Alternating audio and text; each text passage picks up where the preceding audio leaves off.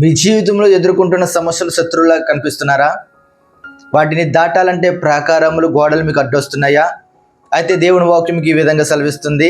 అందరికీ praise lord. ప్రభువైన యేసుక్రీస్తు వారి ఉన్నతమైన నామంలో అందరికీ శుభాలు తెలియజేస్తున్నాను. అందరూ క్షేమంగా ఉన్నారా? మీ అందరూ క్షేమంగా ఉండాలని ప్రతిదినం మీ కొరకు ప్రార్థిస్తున్నాం. మా పరిచయ కొరకు కూడా మీరు ప్రార్థించండి. ఈరోజు దేవుని వాగ్దానము కీర్తన గ్రంథము 18వ అధ్యాయము 29వ వచనం. నీ సహాయం వలన నేను సైన్యములను జయింతును, నా దేవుని సహాయం వలన ప్రాకారమును దాటుదును. ఇక్కడ చూడండి ఎంత వండర్ఫుల్ మాట మనకు తెలియజేస్తుందో. నీ సహాయం వలన నేను శత్రువులను జయిస్తానని మనకు ఈ వాక్యం అనేది సెలవడం జరుగుతుంది. మనం దేవుని సహాయం పొందుకున్నట్లయితే ఎంతటి పెద్ద శత్రువులైనా కూడా మనం జయించగలుగుతామంట. ఈరోజు మరి నీ జీవితంలో నువ్వు దేవుని సహాయం అడుగుతున్నావా? దేవుని సహాయం పొందుకోవడానికి నువ్వు సిద్ధంగా ఉన్నావా?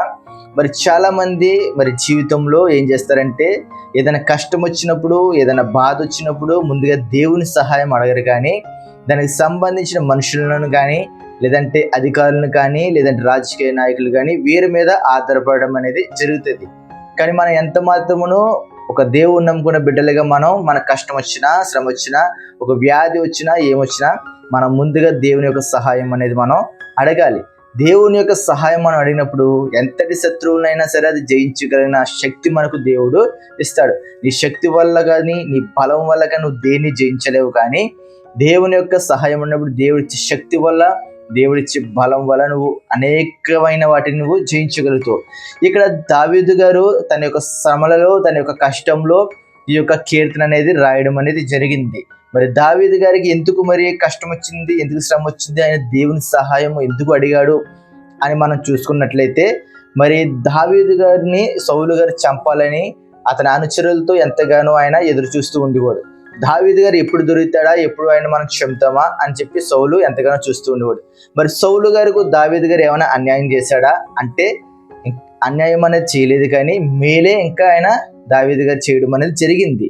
మరి ఆ మేలు ఏంటండి అని మనం చూసుకున్నప్పుడు, ఇశ్రాయేలు ప్రజల మీదకు గొల్యాతు సైన్యము మరి యుద్ధానికి వచ్చినప్పుడు దావీదు గారు చిన్న వయసులోనే మరి ఎంతగానో ఆ యొక్క గొల్యాతుతో పోరాడి మరి ఎంతగానో ఆ యొక్క యుద్ధంలో జయించడం అనేది జరిగింది. ఆ యుద్ధానికి గెలవడం అనేది జరిగింది.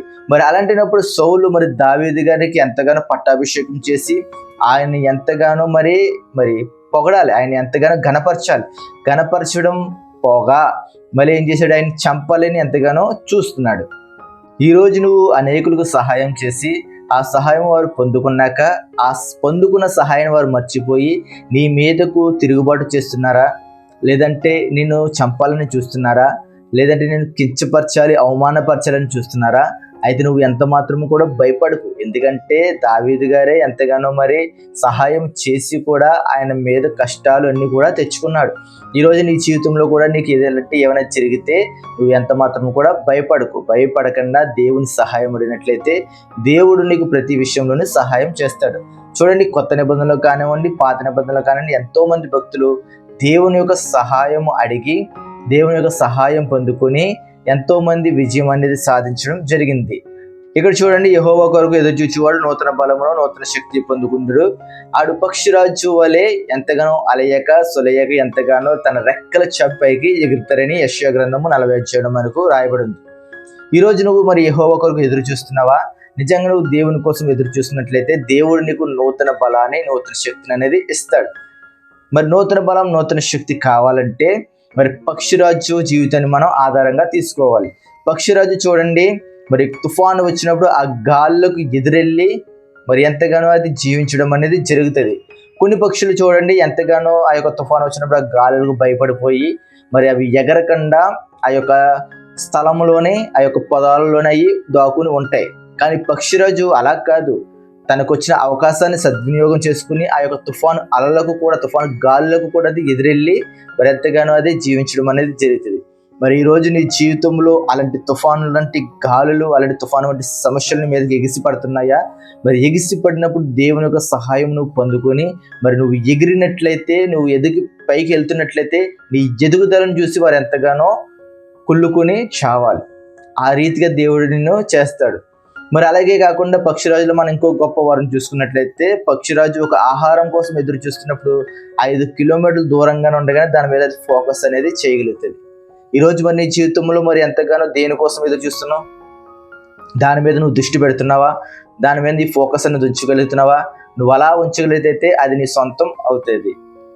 అదేవిధంగా ఇంకో గొప్ప వారు మనం చూసుకున్నట్లయితే, పక్షిరాజు తన 40 సంవత్సరాల వయసు వచ్చాక మరి ఎంతగానో తన రెక్కలనేవి బరువెక్కిపోయి తన ముక్కు అనేది వంకరపోతుంది. అప్పుడు అలాంటినప్పుడు అది ఎంత కష్ట పరిస్థితిలో ఉన్నా మరి కొండపైకి వెళ్ళి తన ముక్కుడు అనేది ఎంత బాధ ఉన్నా సరే అది బద్దలు కొట్టుకుని మరి కొత్త ముక్కు వచ్చాక ఆ ముక్కుతో తన రెక్కలను చీల్చి మరి అది కొత్త మరి నూతనంగా ఎగరడానికి ఎంతగానో దేవుడు దానికి సహాయం అనేది చేశాడు. మరి అది కొత్త రెక్కలు వచ్చాక, కొత్త ముక్కు వచ్చాక ఇంకో 30 ఏళ్ళు అది బతకడానికి ఎంతగానో దానికి అవకాశం అనేది ఉంది. మరి ఈ రోజు నీ జీవితంలో నువ్వు దేవుని యొద్దకు వచ్చినప్పుడు నీ పాత రోత జీవితాన్ని విడిచిపెట్టి, మరి నీ పాత అలవాట్లన్నింటినీ విడిచిపెట్టి మరి నువ్వు దేవుని యొద్దకు వస్తున్నావా? అలా దేవుని యొద్దకు నువ్వు వచ్చినట్లయితే దేవునికి నూతన బలాన్ని, నూతన శక్తిని ఇస్తాడు. అంతేకాక నువ్వు ప్రాకార గోడలు దాటలేకపోతున్నావేమో అని అనుకుంటున్నావా? అలాగైతే మరి ఇశ్రాయేలు ప్రజలు కనాను దేశాన్ని దేవుడు ఇస్తానన్నప్పుడు ముందుగా వారు ఎరుకో ప్రాంతానికి చేరుకున్నారు. ఎరుకో ప్రాంతం ప్రాకారం గల ప్రాంతం. మరి ఆ ప్రాకారం గల ప్రాంతాన్ని వారు జయించి, స్తుతించి ఎంతగానో ఎదరకం అనేది కొనసాగడం అనేది జరిగింది. మరి ఈ రోజు నీ జీవితంలో కూడా నువ్వు దేవుని స్తుతించి, దేవుని గణపరిచి, దేవుని యొక్క సహాయం నువ్వు పొందుకొని ఎంతగానో ఎదరికి సాగాలి. చివరిగా ఒకటే మాట చెప్తున్నా ఏంటంటే, నీ యొక్క సమస్య కానీ, నీ మీదకి వస్తున్న శత్రువులు కానీ, నీ యొక్క కష్టం కానీ, నీ యొక్క నిందలు కానీ ఇవేవి కూడా దేవుని ముందు పెద్దవి కాదు. నువ్వు ఎప్పుడైతే దేవుని సహాయం అడుగుతావో దేవునికి సహాయం అనేది చేయబోతున్నాడు. ఈ వార్తను మీ జీవితంలో క్లెయిమ్ చేసుకుని దేవుని సహాయం అని అందరూ అడుగుతారని మరి ప్రార్థన చేసుకుందాం. ప్రేమగల తండ్రి, కృపగల దేవి, ఈ రోజు మాకు ఇచ్చిన వాదనను బట్టి నేను ఎంతగానో స్తుతిస్తున్నాం నాయన. ఈ రోజు మాకు ఇచ్చిన వాగ్దానంలో తండ్రి ప్రభువైనా నీ యొక్క సహాయం అడిగినట్లయితే ఎంతటి శత్రువునైనా జయించగలిగిన ఒక బలాన్ని మాకు ఇస్తానని చెప్పుకున్నావయ్యా. అవును తండ్రి ప్రభువైనా, మా జీవితంలో ఎదుర్కొంటున్న సమస్యలను, మా జీవితంలో ఎదుర్కొంటున్న వ్యాధులను బట్టి నన్ను మిమ్మల్ని సహాయం అడుగుతున్నామయ్యా. ఈ యొక్క సహాయం మాకు దయచేయండి నాయన. వాటిని ఎదుర్కొనే గొప్ప భాగ్యాన్ని మాకు దయచేయండి తండ్రి నాయన. ఎవరైతే వీడియో వింటున్నారో ప్రతి ఒక్కరి జీవితంలో ఏ సమస్యలు ఉన్నాయో, ఏ వ్యాధులు ఉన్నాయో వాటి నుంచి జయించగల గొప్ప శక్తిని వారికి దయచేయమని యేసుక్రీస్తు వారి ఉన్నతమైన నామములో ఈ చిన్న ప్రార్థన వేడుకుంటున్న మా ప్రియ పరలోకపు తండ్రి. ఆమేన్, ఆమేన్, ఆమేన్. అందరికీ మై గాడ్ బ్లెస్ యు. దేవుడు మీ అందరిని దీవించిన గాక. ఆమేన్. దేవుని చిత్తమైతే మరొక దినం నూతన వాగ్దానంతో కలుసుకుందాం. అంతవరకు సెలవు.